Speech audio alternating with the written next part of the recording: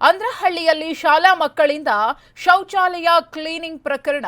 ಕೆಲವೇ ಕ್ಷಣಗಳಲ್ಲಿ DCM DK Shivakumar ಅವರ ನೇತೃತ್ವದಲ್ಲಿ ಸಭೆ. ಅಂದ್ರಹಳ್ಳಿ ಶಾಲಾ ಮಕ್ಕಳಿಂದ ಶೌಚಾಲಯ ಕ್ಲೀನ್ ಮಾಡಿಸಿದ ಪ್ರಕರಣಕ್ಕೆ ಸಂಬಂಧಪಟ್ಟಂತೆ ಇನ್ನೇನು ಕೆಲವೇ ಕ್ಷಣಗಳಲ್ಲಿ ಡಿಸಿಎಂ ಡಿಕೆ ಶಿವಕುಮಾರ್ ಅವರ ನೇತೃತ್ವದಲ್ಲಿ ಸಭೆ ನಡೆಯಲಿದೆ. ಅಧಿಕಾರಿಗಳ ಜೊತೆ ಸಭೆಯನ್ನ ಕರೆದಿದ್ದಾರೆ ಡಿಸಿಎಂ ಡಿಕೆ ಶಿವಕುಮಾರ್. ಬಿಇಒ ಅಧಿಕಾರಿಗಳ ಜೊತೆಗೆ ಡಿಸಿಎಂ ಡಿಕೆಶಿ ಸಭೆ ಮಾಡಲಿದ್ದಾರೆ. ಘಟನೆಯ ಬಗ್ಗೆ ಮಾಹಿತಿಯನ್ನ ಡಿಸಿಎಂ ಪಡ್ಕೊಳ್ಳಿದ್ದಾರೆ.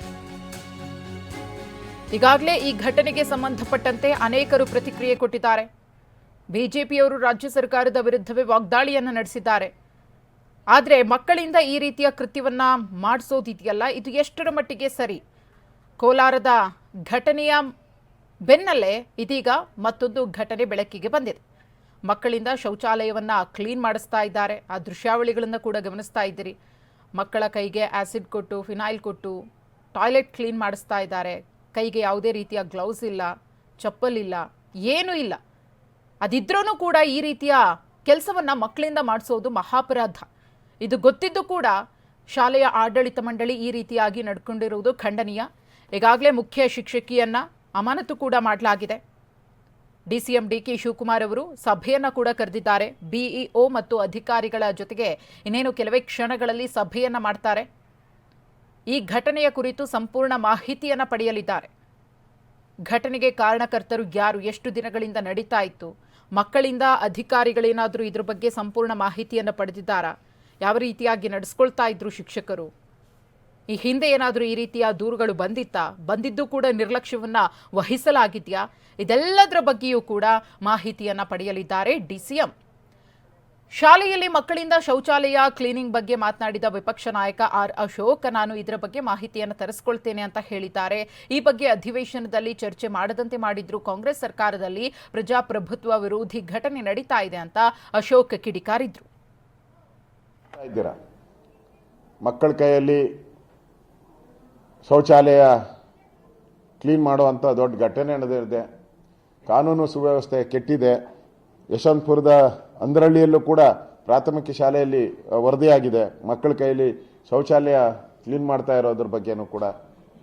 ಮೊನ್ನೆ ಕೋಲಾರದಲ್ಲಿ, ಮಾಲೂರಲ್ಲೂ ಕೂಡ ಆಗಿದೆ. ಈ ಥರದ್ದೆಲ್ಲ ಘಟನೆಗಳು ಪ್ರಜಾಪ್ರಭುತ್ವಕ್ಕೆ ವಿರುದ್ಧವಾದಂಥ ಘಟನೆಗಳು ಆಗಿರೋದು ನಿಮ್ಮ ಕಾಲದಲ್ಲೇ. ಯಶವಂತಪುರ ವಿಧಾನಸಭಾ ಕ್ಷೇತ್ರ ಸರ್ಕಾರಿ ಪ್ರಾಥಮಿಕ ಶಾಲೆ ಅಲ್ಲಿ ಇವೆಲ್ಲ ತರ್ಸ್ಕೊಂತೀನಿ. ಇಂಥ ಒಂದು ಘಟನೆಗಳು ನಡೆದಾಗ ಇವೆಲ್ಲ ಪ್ರಜಾಪ್ರಭುತ್ವಕ್ಕೆ ಕಳಂಕ ಬರುವಂಥವು. ಸಂವಿಧಾನಕ್ಕೆ, ಡಾಕ್ಟರ್ ಅಂಬೇಡ್ಕರ್ ಅವರ ಸಂವಿಧಾನಕ್ಕೆ ಅಗೌರವ ಮಾಡ್ತಕ್ಕಂಥದ್ದು.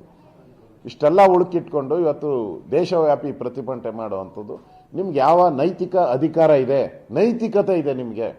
ಸರ್ಕಾರ ಗಂಭೀರತೆ ತೆಗೆದುಕೊಳಲ್ಲ, ಇದನ್ನು ಮುಚ್ಚಾಕುವಂಥ ಪ್ರಯತ್ನ ಮಾಡ್ತದೆ.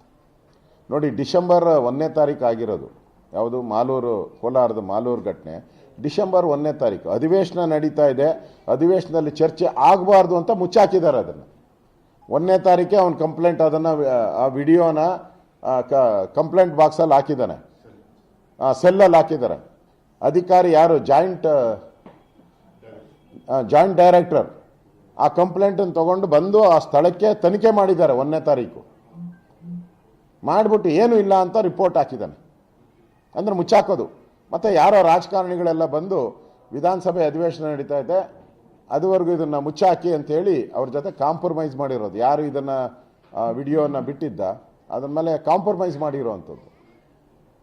ವಿಧಾನಸಭೆ ಆದ ತಕ್ಷಣವೇ ಇವ್ರು ಯಾವಾಗ ಅವನ್ನ ಕರೆದು ಮಾತಾಡಿಲ್ಲ, ಅವ್ನು ಮತ್ತೆ ಇದನ್ನು ಚಾಲು ಮಾಡಿರೋದು. ಇಲ್ಲಾಂದರೆ ಇದು ಗೊತ್ತಾಗ್ತಾನೆ ಇರಲಿಲ್ಲ.